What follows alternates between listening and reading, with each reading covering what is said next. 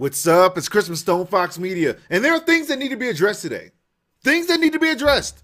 But before I go ahead and do that, let me tell you guys what's briefly going on in gaming news right now. The Last Guardian trademark has been abandoned by Sony. They dropped it because there is no statement of use or extension request timely filled after notice of allowance was issued, and people are wondering if maybe they gave it a new name. Maybe Dog Hyena Bird, because that's what it looks like. It looks like a dog hyena bird. On the other gaming news right now, The Evil Within, The Assignment, DLC is due out in March. So if you want to get your hands on some more Dilk in your life, just wait till March. They have announced it. It's a small 15-second clip. The link is in the description, so you guys can go ahead and check that out. No one knows how much it's going to cost. Probably $10. Yay. Now, on to what I wanted to start talking about right now, okay? The Order 1886 CEO came out there and he made a statement saying that Sony is on the more creative side than Microsoft. I know this is controversial. Hear him out. So his name is Rue Worcestershire Sauce.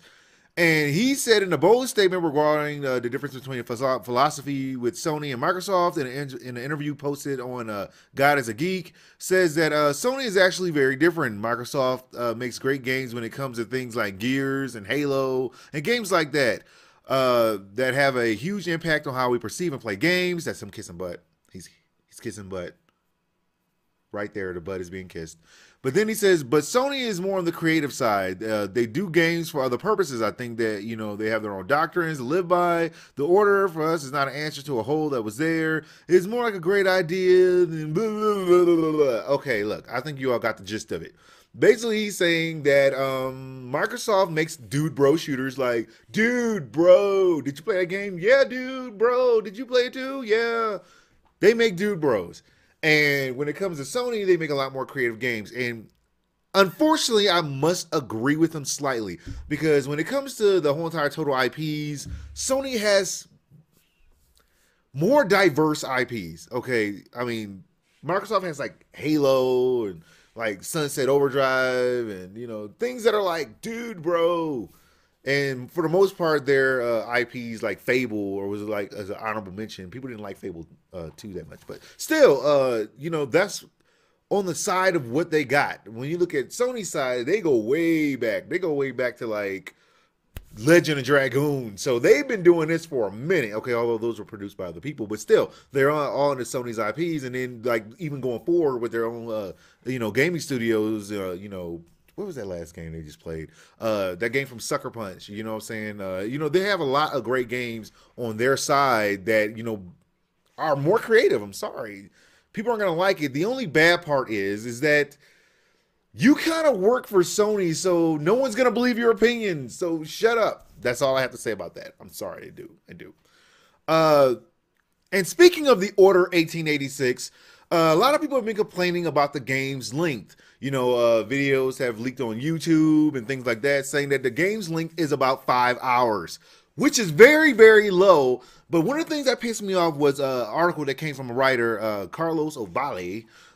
He said in his title article, damning the Order 1886 for apparent short length is the reason why gaming may never evolve. And in a nutshell, his basic article, said things like, there's TV shows that came out and, the people who wrote the stories for these games, they intended them to be a certain length. And it's kind of unfair to judge them for, making the game as short as they want. Well, and if they're forced to make a minimum required time for like how long a game should last and make it good, then that's kind of unfair because people have played games with 2-hour campaigns that are, better than games with 30-hour campaigns. He's somewhat right, but he's very, very wrong, especially when it comes to this game.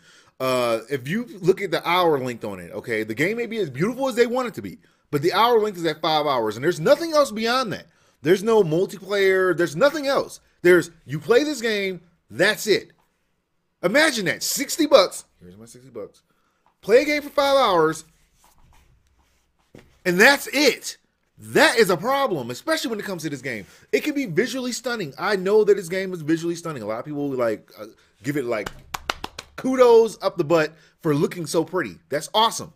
But here's the problem. When you pay $60 and you get 5 hours for a game, and then it just sits there in a box and you got to walk it back to GameStop and then get $10 for it. Yeah, $10. You know how GameStop does it. This is what's going to happen. So this is a problem. And so defending it is not right. If you're going to force people to pay $60 for something and then get these special editions with little bears and wolves that come with it and stuff like that for a 5-hour campaign, that's not enough.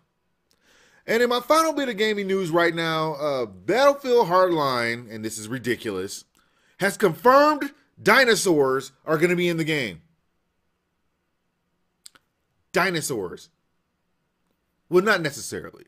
So while Battlefield is known for their realism and all this other fancy stuff, EA invited a bunch of YouTubers to play Hardline at its San Francisco office, and the embargo was set to be lifted at 12 noon. And one of the YouTubers invited to the X Factor tweeted an image of the game's characters wearing dinosaur masks. And while the game tweet has been deleted or whatever, because of the whole entire embargo thing, everyone managed to capture the whole entire footage or whatever. And this is a screen capture. Dinosaurs are confirmed for Battlefield Hardline.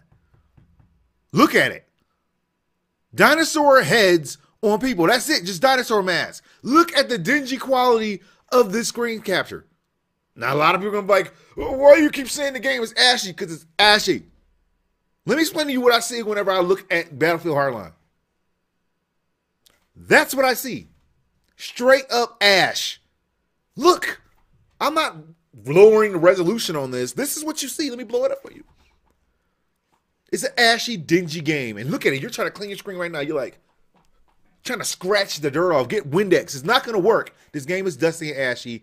Don't waste your time playing it. It made me nauseous. Sorry. So sorry. But seriously, dinosaur heads. That's all you got, huh? Just slap some dinosaur heads on people. You know what? All right. Well, that's all the news I got for you guys today. Like, subscribe, follow me on Twitter and Facebook so you know as soon as my news becomes available. Thank you guys for watching, and I will holler at y'all later.